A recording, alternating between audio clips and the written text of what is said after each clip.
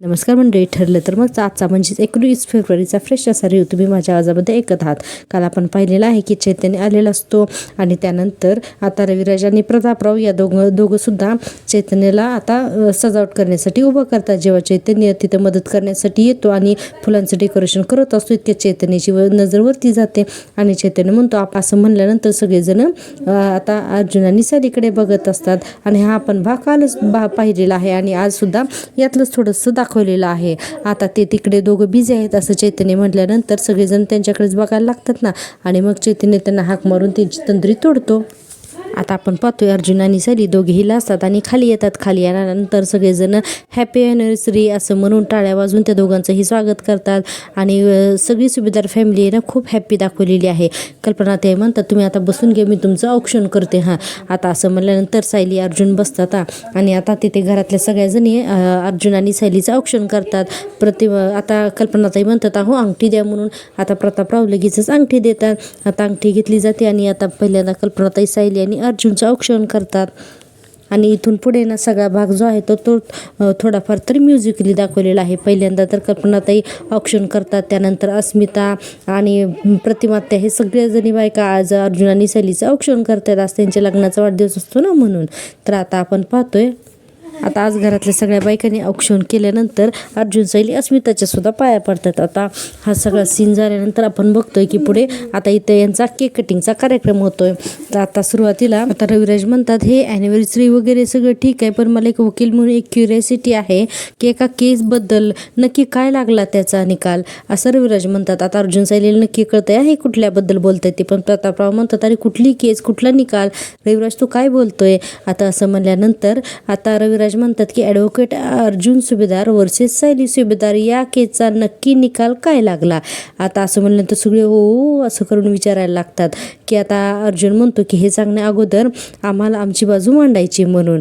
आता असं म्हणल्यानंतर बघा हा सुभेदारांच्या घरामध्ये ना तुला करण्यासाठी एक असा मोठा असा वजन काटा आणलेला असतो. आता त्या वजन काट्याच्या जवळ आता अर्जुन आणि सायली जाऊन उभे राहतात. अर्जुन म्हणतो की I am really very sorry बायको. आणि आता त्या जो वजन काटा आहे ना म्हणजे थोडक्यात आपण तुला करतो ना तशा पद्धतीचा आज आणलेला आहे. आता ते एक एक भांडे ठेवतो आणि म्हणतो की मला असं वाटते की तुमचं काम खूप सोपं असतं, तुम्ही काहीच करत नाही असं म्हणून तू घरात ती भांडी एक एक करून त्याच्यावरती ठेवत असतो. आणि आता अर्जुनचं काम मोठं की सायलीचं याची इथे तुलना करणार असतात. अर्जुन पुढे म्हणतो की मला वाटत होतं की तुमचं काम लहान असेल, पण नाही, तुमचं काम खरंच खूप मोठं असतं. आणि तुला माहिती का तुम्ही ना खरंच खूप मोठ्या मल्टी टॅलेंटेड असतात. एका वेळेस मल्टीटास्कर सुद्धा अनेक कामं करतात. दिवसभर काम, घरातली माणसं, किचन ह्या सगळ्यांना बांधून ठेवता तुम्ही. आता अर्जुन असं सगळं सांगत असतो की बायकांचं काम खरंच किती ग्रेट असतं ते. आणि तिथे ठेवलेली भांडी जी आहेत ना तर ती एक एक करून त्या वजन काटा आहे ना तर त्याच्यावरती ठेवत असतो अर्जुन. आणि आता आपण पाहतोय की हे सगळं ठेवतच अर्जुन बोलत असतो. अर्जुन म्हणतो की तुम्ही बायका एकाच वेळेला एक नाही तर 10 कामं मॅनेज करता, म्हणून तर घर टिकून राहतं असं सांगत तो तिथे भांडी ठेवतोय. आणि आता बघा हां आता याच्यानंतर सायलीसुद्धा हेच करणार आहे. आता अर्जुन म्हणतो जर का घरातल्या बायका स्ट्रॉंग नसतील ना तर कुठलीच पुरुष स्ट्रॉंग होऊ शकत नाही. तसंच सायली तुम्ही जर इतक्या स्ट्रॉंग नसतात ना तर आम्ही काहीच करू शकत नाही असं आता अर्जुन म्हणतो. आणि फायनली तिथे कुकर वगैरे सगळं ठेवून टाकतो. म्हणजे त्याने जी काय भांडी आणलीत ना ते आणि प्रत्येक भांडं ठेवताना त्याचा एक एक डायलॉग दाखवलेला आहे. आता बघा का मला कमी इम्पॉर्टन्स दिलं त्याबद्दल खरंच सॉरी बायको असं अर्जुन म्हणतो. आणि आता ते राहिलेले जी लास्ट भांडी आहेत तर ते सुद्धा तो तिथे ठेवतो. आणि बघा हां आता सगळी भांडी वगैरे ठेवून झाल्यानंतर आता सायली म्हणते की चुकली तर मी पण होते. आणि म्हणते की सायलीनसुद्धा तिथे फाईल आणलेल्या असतात आणि फाईली हातात घेते आणि म्हणते तुमच्यासारखे अनेक पुरुष तासनतास घराच्या बाहेर पडून अनेक कामं करत असतात असं सांगून तिने ज्या फाईलचा गट्टा आणलेला असतो ना त्या थोड्या थोड्या तिथं ठेवत असते. आणि म्हणते की घराची कुटुंबाची सगळी जबाबदारी घरचा पुरुषच घेतो, म्हणून आता ती पुन्हा फाईल ठेवते. आणि घरातले सगळेजण हे सगळे कौतुकाने पाहत असतात. सायली म्हणते तुम्ही आपलं घर तर चालवतच आहातच, पण त्याचबरोबर तुम्ही तुमच्या ऑफिसमध्ये बऱ्याच जणांना कामांची संधीसुद्धा देतात आणि यामुळेच तर अनेक कुटुंबसुद्धा जगतात असं सायली एक एक फाईल करून ठेवत असते आणि बोलत असते. प्रतापरावांना आणि घरच्या सगळ्यांना खूप म्हणजे प्राऊड फील होत असतं. सायली म्हणते की तुमच्या अशिलांना तुम्ही न्याय मिळवून देता आणि एक एक करून तिथे त्या फाईल्स ठेव. यामागे तुमचे शिक्षण, तुमचं कर्तृत्व, तुमची मेहनत आणि हे सगळं आहे. असं म्हणून ती पुन्हा फाईल ठेवते. आणि आता आज सायलीसुद्धा ना प्रत्येक फाईलचा एक एक गट्टा ठेवताना एक एक डायलॉग तिचा दाखवलेला आहे. आणि सायली म्हणते तुमच्या या सगळ्या गोष्टींना ना मी कमी लेखलं, पण मला आता कळतंय की हे सगळं कमी नाही, तर हे सगळं जे काय आहे ना तुमचं, तर ते खरंच खूपच चांगलं आहे. आणि म्हणते की मला आता कळते की उंबरठ्याच्या आतमध्ये घर नांदतं आणि उंबरठ्याच्या बाहेर तुमचं कर्तृत्व गाजतं म्हणून. आणि हे दोन्ही घराच्या उंबरठ्यासाठी खूप महत्त्वाचं असतं असं सायलीने म्हणून आता सगळ्या फाईल ठेवलेल्या आहेत. आणि झालं काय, अर्जुनने ठेवलेली भांडी आणि सायलीने ठेवलेल्या सगळ्या फाईल्स या दोन्हीचं वजन काटा म्हणजे जो बॅलन्स आहे ना, तर तो इक्वलच झाला. आणि हे सगळं बघून घरच्यांना खूप आश्चर्य वाटतं की अरे हे तर दोन्ही परफेक्ट झालं. म्हणजे जितकं काम पुरुषाचं महत्त्वाचं असतं तितकंच काम बाईचं सुद्धा महत्त्वाचं असतं. अर्जुन म्हणतो सांभाळली ना की दुसरी आपोआप बॅलन्स राहते. आता सायलीला सुद्धा हे पटतं. सायली म्हणते बरोबर आहे. आणि आता हे सगळं जण घरचे तर पाहतच असतात. घरच्यांना खूप कौतुक वाटतं की आणि यांचा जो मुद्दा आहे ना तो अतिशय सुंदर पद्धतीने सादर केला आहे. आजचा भाग तुम्ही टीव्हीवरती नक्की पहा. आता अर्जुन आणि सायली दोघेही सांगतात सो या खेळचा निकाल असा आहे की दोघांचंही काम सोपं नाही आणि अशी चूक आम्ही परत कधीच करणार नाही, असं अर्जुन आणि सायली दोघंजण एकत्र बोलत असतात. आता घरातले सगळेजण टाळ्या वाजवतात. खरंच अर्जुन सायलीची आजची ही सांगण्याची पद्धत मला तर खूप आवडली बाबा. तुम्हाला आवडली असेल तर नक्की माझ्या चॅनल आणि या हा जो सीन झाला ना तर यासाठी नक्की एक लाईक करा. आणि हो, व्हिडिओला सबस्क्राईब करायला अजिबात विसरू नका. प्रेक्षकांना अजून बरेच प्रेक्षक आहेत जे चॅनल सबस्क्राईबच करत नाहीत, तर असं करू नका. चॅनल मॉनिटाईज होण्यासाठी तुमच्या सपोर्टची खूप गरज आहे, त्यामुळे चॅनलला सबस्क्राईब करा. आता बघा चैतन्य कसा बोलतो. चैतन्य म्हणतो की तमाम गवाह और सबूतों को मद्देनजर रखते हुए, आणि म्हणतो की या दोघांची सुद्धा निर्दोष मुक्तता केली जावी, असं म्हणून सगळेजण खूप स्माईल करतात आणि टाळ्या वाजवत असतात. आता यांचं सगळ्यांना कौतुक वाटतं. आणि प्रतापराव म्हणतात आणि या दोघांच्या हातात फक्त लग्नाची बेडी असेल, असं म्हणून सुभेदारांच्या घरातलं आज वातावरण इतकं छान आणि हास्र दाखवले की सगळेजण टाळ्या वाजवतात. इतक्यात अस्मिता म्हणते चला मग आता केक कापूयात का. आता असं म्हणल्यानंतर केक कटिंगची तयारी सुरू होते. आता अर्जुन आणि सायली दोघेजण मिळून केक कट करतात. खूप सुंदर दाखवला आहे. आजचा भाग तुम्ही टीव्हीवरती नक्की बघा. आता आपण पाहतो की दोघेजण मिळून ॲनिव्हर्सरीचा त्यांचा केक कापतात. दोघेही एकमेकांना केक भरवतात. त्याच्यानंतर घरच्या सगळ्यांना हे केक भरवतात. अर्जुन आणि सायली, प्रतापरावांना, कल्पनाताईंना सगळ्यांना केक भरवले जातात आणि सगळेजण मिळून अर्जुन सायलीला सुद्धा केक भरवतात. आपण पाहतो की आता दुसऱ्या दिवशीची सकाळ झाली असते आणि सकाळ सकाळ सायली किचनमध्ये मस्तपैकी पोहे करत असते आणि विमल हे सगळं बघत असते. सायली इतकी खुश असते की अतिशय आनंदाने पोहे करते, स्वयंपाक करते, घरातलं काम अगदी मन लावून सायली करत असते. आणि विमल हे सगळं बघते आणि म्हणते सायली ताई आज तुम्हाला काय झालंय, आज तुम्ही इतकं का हसत हसत स्वयंपाक करताय. सायली म्हणते विमल ताई तुम्हाला माहिती का आज मी किती दिवसांनी स्वयंपाकघरात आली आहे आणि खूप मनापासून आता मी स्वयंपाक करते. तुम्हाला माहिती आहे का मला काही दिवस ना फार चुकल्यासारखं वाटत होतं. विमल ताई म्हणते की म्हणजे तुम्हाला अर्जुन दादांनी केलेलं काम आवडत नव्हतं तर. सायली म्हणते नाही तसं नाही हो, पण ज्याचं काम त्यांनीच करावं ना, एवढं खरं आहे, असं सायली सांगत असते. आणि आता सायली सुंदर पोहे करते आणि त्याच्या वासाने कल्पनाताई सुद्धा येतात आणि मग कल्पनाताई म्हणतात सायली पोह्याला तू फोडणी दिलीस ना हे मला आमच्या खोलीमध्ये सुद्धा कळालं. आणि म्हणून मी म्हटलं की चला सायली आजपासून किचनमध्ये आलेली दिसते. म्हणून सायली म्हणते हो मला सुद्धा आज खूप छान वाटतंय. आणि आता कल्पनाताई म्हणत असतात वास तर खूपच मस्त येतोय. सायली म्हणते झालं आई 2 मिनटं वाफवलं ना की झालं, मी पोहे वाढायलाच घेते. म्हणून आता सायली एका भांड्यामध्ये पोहे सगळे काढून घेते आणि आता हे सगळे पोहे डायनिंग टेबलवर आणते आणि विमलला सांगते विमल ताई लिंब पण घ्या म्हणून. आता लिंब वगैरे विमल घेते आणि इतक्यातच आपण पाहतोय की आता डायनिंग टेबलवरती लगेच अस्मिता, प्रतापराव सगळेजण येतात ना नाश्त्यासाठी. प्रतापराव तर म्हणतात वा वा वा क्या बात आहे, मस्त. आणि आता अस्मिता तर म्हणते खूप दिवसांनी आज आपल्याला मस्तपैकी नाश्ता करायला मिळणार आहे. इतक्या दिवस पानामध्ये व्हिडिओजच बघायला मिळत होते. आता कल्पनाताई म्हणतात काय ग स्मिता, अर्जुन काही इतकाच वाईट स्वयंपाक करत नव्हता ना, आणि आता तर तो स्वयंपाक सुद्धा करायला शिकला होता, असं कल्पनाताई म्हणतच असतात की इतक्यातच अर्जुन म्हणतो सगळ्यांना गुड मॉर्निंग, चला मी पटकन जाऊन येतो ऑफिसला, मला खूप उशीर होत आहे. सायली म्हणते अहो असं काय करताय, नाश्ता करून जावा ना. आता हे वाक्य ऐकलं की लगेच प्रतापराव म्हणतात वा, हे वाक्य ऐकलं ना की मला आपल्या घरात असल्यासारखं वाटायला लागले. म्हणून सगळेजण हसायला लागतात. पुढे प्रतापराव म्हणतात पण कल्पना तुला एक गोष्ट सांगू का, आज मी ना खूप आनंदात आहे ग. आणि म्हणतात की आजपासून आपल्याला परत एकदा चविष्ट जेवण मिळणार. म्हणून अस्मिता आणि प्रतापराव खूप हसतात. आता पुढे प्रतापराव म्हणतात या अर्जुनने आपल्याकडून तपश्चर्या करून घेतली ना तर ती अक्षरशः फळायला आली. म्हणून सगळे हसतात. अर्जुनला वाटतं डॅड हे काय, मी किती मनापासून स्वयंपाक करत होतो आणि बायकोसाठी माझ्या चॉकलेट्स आणि केक सुद्धा केला तरी पण तुम्ही ॲप्रिशिएट सुद्धा करत नाही. आता अस्मिता म्हणते अर्जुन तू बनवलेलं बनवलेलं जेवण तू बनवलेलं जेवण ॲप्रिशिएट करण्यासारखं अजिबात नव्हतं. ते जिला जमतं ते तिलाच करू दे. तू आपल्या आयता नाश्ता खा आणि कामाला जा. अर्जुन तिला म्हणतो की कुणी खाल्लाच का गप्पागप म्हणून. सायली म्हणते आता तुम्ही भांडत बसू नका बरं, या इथं घ्या, या इथे बसा, मी तुम्हाला वाढते. अर्जुन लगेचच पुढे सरकतो आणि थांबता मी वाढतो म्हणून. आणि इतका व्यवस्थित अर्जुन सगळ्यांच्या प्लेट्स वाढायला लागतो. पहिल्यांदा तर प्लेट्स वाढून आता अस्मिताला देतो. अस्मिता लिहिली त्याला थँक्यू म्हणत असते. मम्मा गरमागरम पोहे का हां म्हणले की मम्मा काय देतो आणि म्हणतो तुझ्या सुनेनं बनवलेत आता खा हां पोटभर म्हणून. आणि म्हणतो मला तर मग सायली त्याला पण देते. आता अर्जुन सुद्धा पोह्यांची डिश वगैरे घेतो आणि आता नाश्ता करायला बसतो. कल्पनाताई म्हणत असतात अहो तुम्ही आता काही म्हणा पण माझी सुद्धा तपश्चर्या आता फळाला आली. हा प्रतापराव म्हणतात ती कशी काय, तर ते कल्पनाताई म्हणतात अहो माझी सुद्धा अपेक्षा होती की अर्जुन आणि अश्विनने घरातल्या कामांना काहीतरी मदत करावी म्हणून. आणि आज हे सगळं आहे ना सायलीमुळे शक्य झालं. सायलीने तर ते करून सुद्धा घेतलं. आता अस्मिता म्हणते वा काय पोहे झालेत मस्त म्हणून. अस्मिता आज चांगलेच पोहे खात असते. अर्जुन म्हणतो खा ना गपचूप. तर अस्मिता म्हणते जमले का तुला असे पोहे. अर्जुन म्हणतो नाही आम्हाला नाही जमले माझ्या बायकोसारखे पोहे. आणि स्वतःही पोहे खावतो आणि म्हणतो वा वा वा मला सुद्धा बरं वाटतंय हा बायको, पोहे खरंच खूप सुंदर झालेत म्हणून. आणि आता आपण पाहतोय की दुसऱ्या सीनमध्ये आपण पाहतोय हे सचिन आणि साक्षीचा. तर सचिन आयटीत त्याच्या सोप्यावरती बसलेला असतो आणि ते येते ना ती साक्षी अतिशय महामाया दाखवली बाबा ही बाई. आणि तिच्या चेहऱ्यावरचा असा राग बघून सचिनला ना आजकाल तिचं प्रेडिक्शनच काही मूड कसा असेल म्हणून. साक्षी आले की बिचारा लगे हातपाय वगैरे व्यवस्थित करून सोप्यावरती बसतो. आता साक्षी त्याच्याजवळ येऊन काय बसते, त्याच्या केसावरून काय हात फिरवायला लागते. बिचारा इतका सचिन घाबरतो ना. आणि आता साक्षी त्याला म्हणते काय रे असं काय बघतोयस. सचिन म्हणतो की सॅम म्हणजे भीतच विचारतो सॅम आज तुझा मूड कसा आहे. तर साक्षी म्हणते माझ्या मूडला काय झालंय. सचिन म्हणतो नाही हल्ली तुझा मूड कसा असेल ना तर ते काही सांगता येत नाही ना. तो साक्षी लागते ना जोरात हसते म्हणून.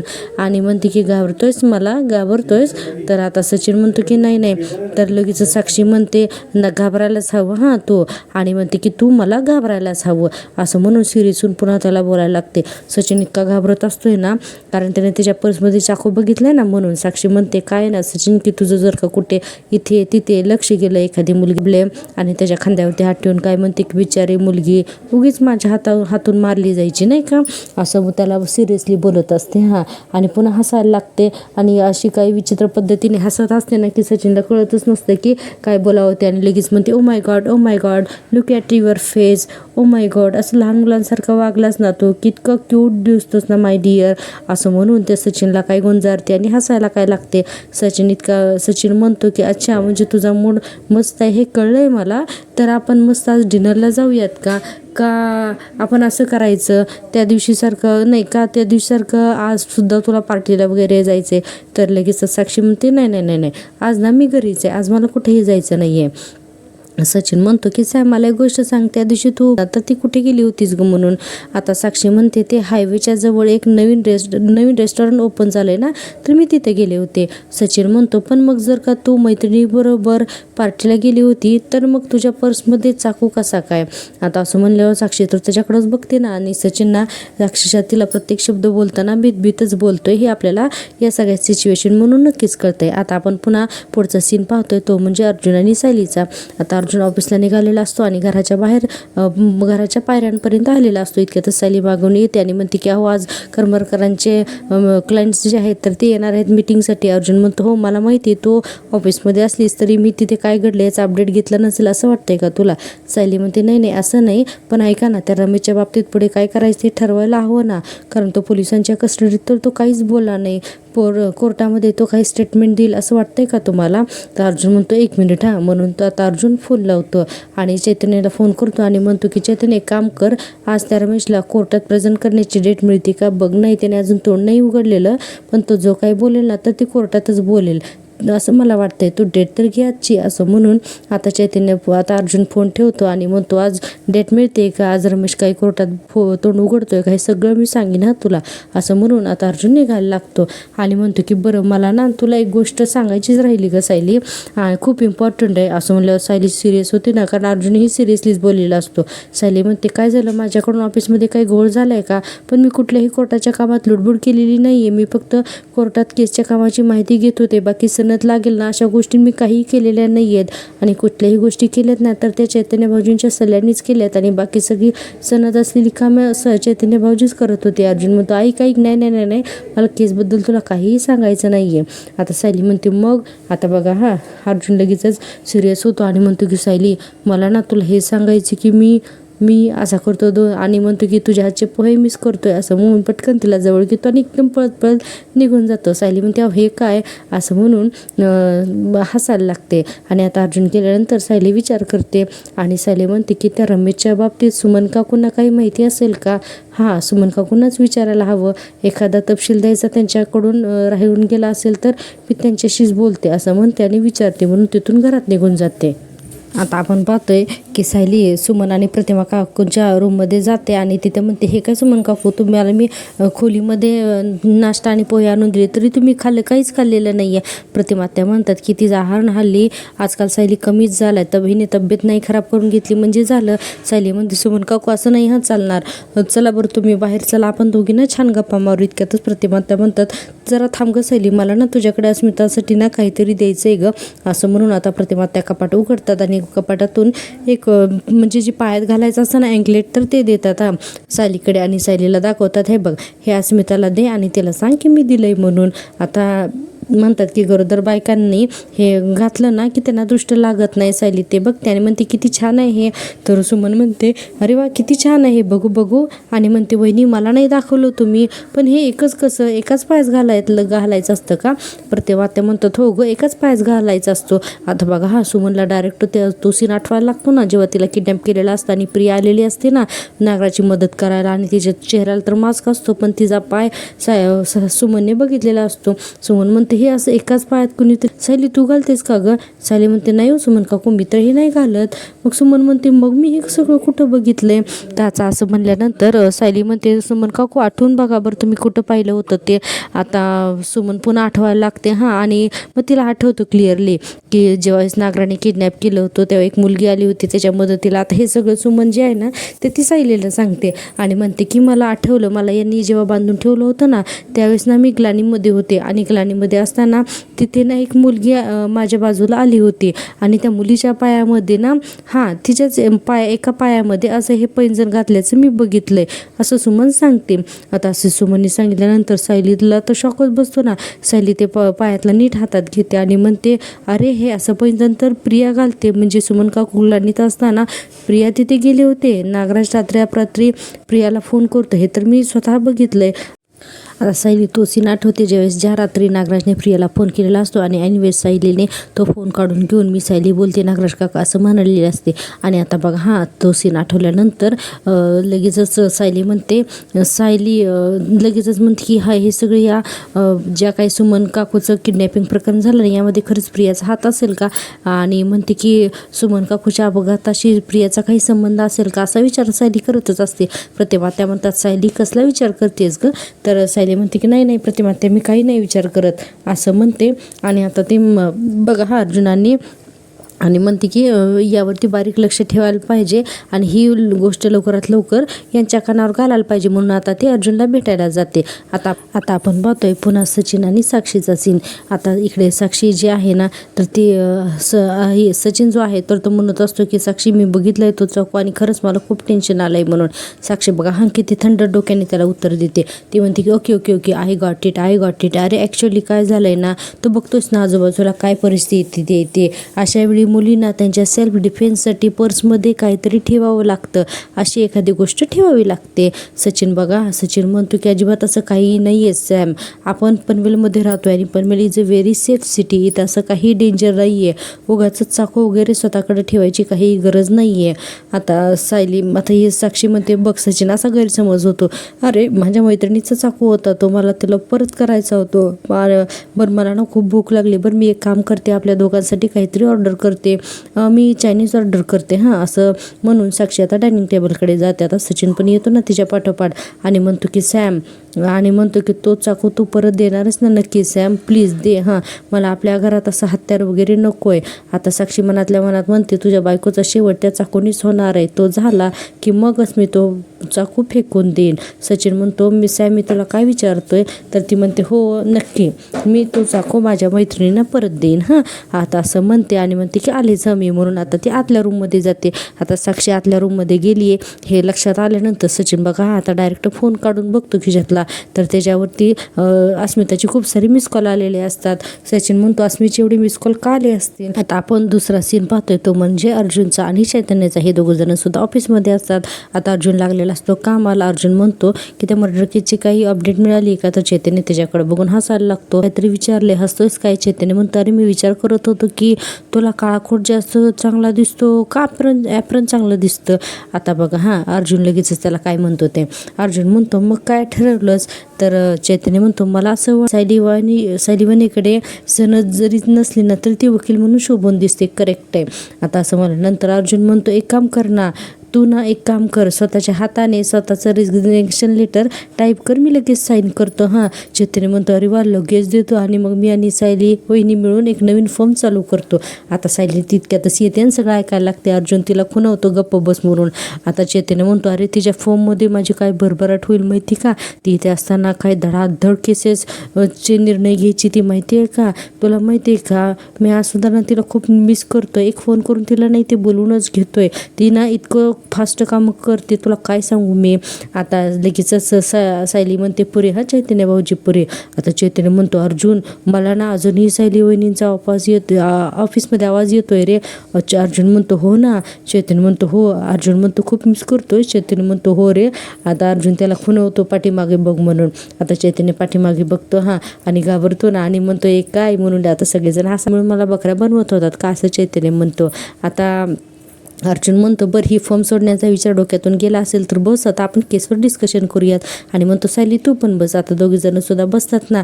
आणि अर्जुन म्हणतो हे काय सायली आज फोन नाही मेसेज नाही डायरेक्टली ऑफिसमध्ये आलीस तू, तर सायली म्हणते आज ना मला तुम्हाला एक महत्त्वाची गोष्ट सांगायची होती म्हणूनच मी आले. आज एक महत्त्वाची गोष्ट कळली. अर्जुन म्हणतो काय, तर म्हणते मी सुमन काकूशी बोलत होते त्यावेळेस प्रतिमा त्या सुद्धा तिथं होतात, तर त्यांनी अस्मितांचा इन्सेंटी एक पैंजण आणलं होतं आणि हे बघा म्हणून त्या पैंजणाचा फोटो आता सायली अर्जुनला दाखवते. आणि अर्जुन म्हणतो ओके. तर सायली सांगते सुमन काकूंना असं वाटतं की त्या जेव्हा काळोख्या खोलीत होत्या ना तर तेव्हा तिथे एक आलेल्या एका मुलीच्या एकाच पायामध्ये हे असं पैंजण होतं.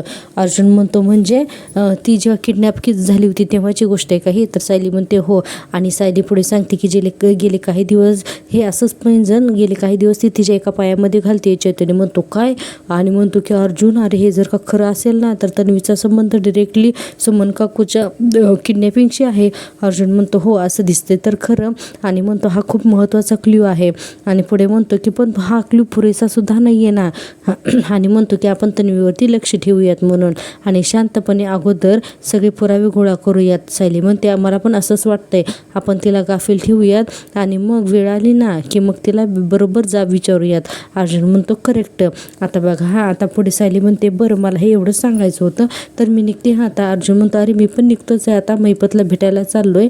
आणि पुढे म्हणतो की आज रमेशची हिअरिंग आहे ना कोर्टामध्ये, बघूया आज जर महिपत जर का काही बोलला तर बरंच होईल ना, एक काम करूयात ना तू पण चल आमच्यासोबत. सायली म्हणते ठीक आहे बरं चला. चैतन्य म्हणतो मग एक काम करा तुम्ही पोलीस स्टेशनला जाऊन मला डिरेक्टली कोर्टातच भेटा म्हणून.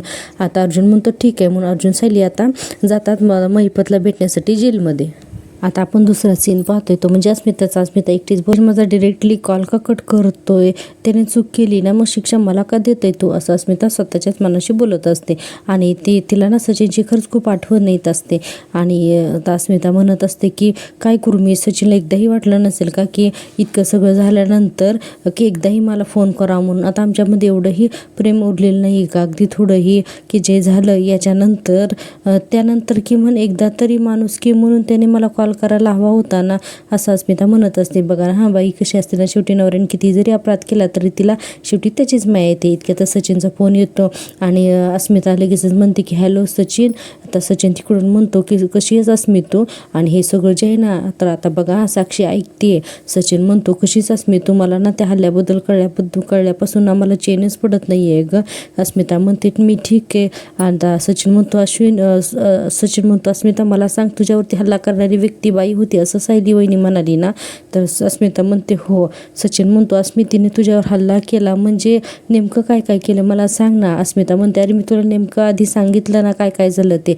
अरे तिने उशीने तोंड दाबलं माझं आणि हे सगळं आठवून म्युझिकली आता अस्मिता सचिनला सांगते. आणि हे सगळं जे आहे सचिन अस्मिता बोलतायत हे सगळं साक्षी म्हणजे आतल्या रूममध्ये मागाशी गेली होती ना, तर तिथून हे सगळं ऐकते की सचिनने अस्मिताला फोन लावला आणि हे दोघं जण बोलतायत म्हणून. आणि अस्मिता सुद्धा हे सगळं आठवून आता सचिनला सगळं सांगत असते.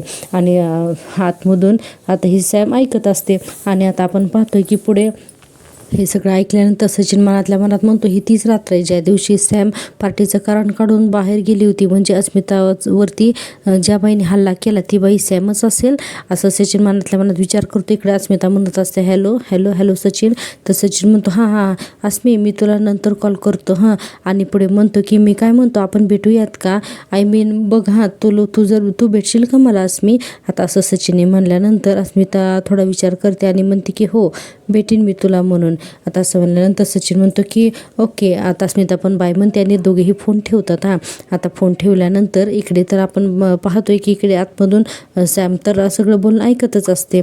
आणि आता सचिन म्हणतो की ती बाई सॅमच होती ही आधी मला कन्फर्म करून घ्यायलाच हवं. आणि तसं जर का असेल ना तर ही सॅम खूपच डेंजरस आहे असं सचिन विचार करतो. आणि म्हणतो की आता कितीही सभ्यपणा दाखवलं ना तर ही सॅममधली साक्षी कशी गप्प बसणार आहे म्हणा. तिला डिवचून चालणारच नाही. आता काही करून आपल्याला हे प्रकरण शांतपणे हँडल करावंच लागेल असं सचिन मनातच बोलतो. आणि आतून साक्षी स्टेशनमधला आपण पाहतोय पोलीस स्टेशनमध्ये दोन्ही कॉन्स्टेबल महिपतला घेऊन आणून बसवतात अर्जुन आणि सायलीच्या समोर. आता महिपत म्हणतो अर्जुन सायलीला बघून आज काय पोलीस स्टेशनमध्ये पूजा वगैरे आहे का काय. दोघंही नवरा बायको वकील एकदम जोडीनं आलेत. अर्जुन म्हणतो जोडीनं तुलाच भेटायला आलोय आज काय बोलशील. त्याला कशाला माझ्या टायमाची खोटी करतो म्हणावं.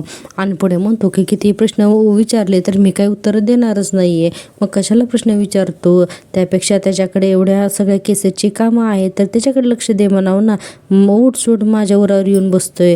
आता अर्जुन म्हणतो सुंब जळला तरी अजून पीळ काही तुझा जळत नाही. आता असं म्हणल्यानंतर अर्जुन पुढे म्हणतो की नागराच्या विरोधामध्ये खूप मोठा पुरावा आमच्या हाती लागलाय. आणि म्हणतो तुला माहिती तो पुरावा तर तो म्हणतो रमेश. आता बघा महिपत एक शब्दही बोलत नाही. अर्जुन म्हणत असतो साईट मॅनेजर रमेश म्हणून आठवते का तुला. आता असं अर्जुन म्हणतो. आणि पुढे म्हणतो की 22 वर्षांपूर्वी त्यानंच तुम्हाला अपघातासाठी ट्रक दिला होता असं अर्जुन म्हणतो. आता तरी हे महिपत शांतच बसलेला आहे. आणि अर्जुन त्याला खूप बोलण्याचा प्रयत्न करतो. आणि महिपत म्हणतो आम्हाला. अर्जुन म्हणतो का आठवत नाही आहे का. आणि म्हणतो ठीक आहे तो रमेश जो आहे ना तो आता पोलिसांच्या ताब्यात आहे आणि कधीही तो त्याचं तोंड उघडेल. महिपत नुसती मान हलवत असतो. आणि अर्जुन म्हणतो की त्यापेक्षा त्या रमेशबद्दल तूच आम्हाला सांग असं अर्जुनने म्हटल्यानंतर महिपत काही बोलतच नाही. तरी पुढे अर्जुन म्हणतो तुला काय वाटतं महिपत तू गप्प राहशील आणि तुला शिक्षा होणार नाही. अरे पण जर का तू मला खरं खरं सांगितलंस तर तुझी शिक्षा नक्की कमी होईल. आता सायली म्हणते तू नक्की कोणाला वाचवण्याचा प्रयत्न करतोयस महिपत. कारण तू तुझी मानायचाच अशी तुझी एकुलती एक मुलगी ती तर गेली ना आता. आणि मला नाही आता वाटत की तुझा या अपघाताशी काही संबंध असेल म्हणून. खूप लहान होती ना ती तेव्हा. आणि पुढे म्हणतो की त्यामुळे ही कोणीतरी वेगळी व्यक्ती आहे जिला तू वाचवण्याचा प्रयत्न करतोय. आणि सायली पुढे म्हणते आणि आमची खात्री आहे की ती तिसरी व्यक्ती दुसरी कोण नसून ती नागराजच आहे म्हणून. आता इथं सायलीचा अंदाज चुकला हे महिपतच्या लक्षात येतं. सायली म्हणते आम्हाला फक्त ना तुझ्या तोंडून हे सगळं ऐकून घ्यायचंय म्हणून. आता महिपत काहीच बोलत नाही. त्या दोघांकडे नुसता बघतच राहतो. आणि ठरलं तर मग आजचा हा भाग इथेच संपतो. आणि आता पाहणार आहोत की पुढच्या भागामध्ये कोर्टातला सीन दाखवलेला आहे. आणि अर्जुन विचारत असतो रमेशला तो अर्जुन जो ॲक्सिडेंटसाठी वापरला तो तुमच्याच कंपनीचा होता बरोबर आहे. ज्या दिवशी अपघात घडला त्या दिवशी हा ट्रक तुम्ही कोणाला दिला होता. तर तो रमेश नागराजकडे हात करतो आणि म्हणतो यांना. अर्जुन म्हणतो नाव सांगा. तर लगेचच रमेश म्हणतो नागराज किल्लेदार यांना. आता नागराज बघा पुरताच अडकलेला आहे. पुढच्या भागामध्ये नागराज अर्जुन आणि सायलीला म्हणत असतो कसला सोडूक होताय रे तुम्ही पाज्यावरती आणि मुद्दाम अडकवताय ना तुम्ही मला. आता सायली म्हणते आम्ही काही मुद्दाम केलेलं नाहीये नागराज तुझ्या कर्मानेच तुला अडकवलेलं आहे आम्ही नाही अडकवलेलं. आणि हा भाग आपल्याला उद्या बघायला मिळणार आहे की नागराज आता कसा पुरताच अडकला ते. तर भेटूया उद्याच्या भागामध्ये. तोपर्यंत चॅनलला नक्की सबस्क्राईब करा. असे छान छान एपिसोड बघण्यासाठी चॅनलला सबस्क्राईब करा म्हणजे डेली अपडेट तुमच्यापर्यंत सगळ्यात अगोदर पोहोचतील. भेटूया उद्याच्या भागात. तोपर्यंत टेक केअर बाय.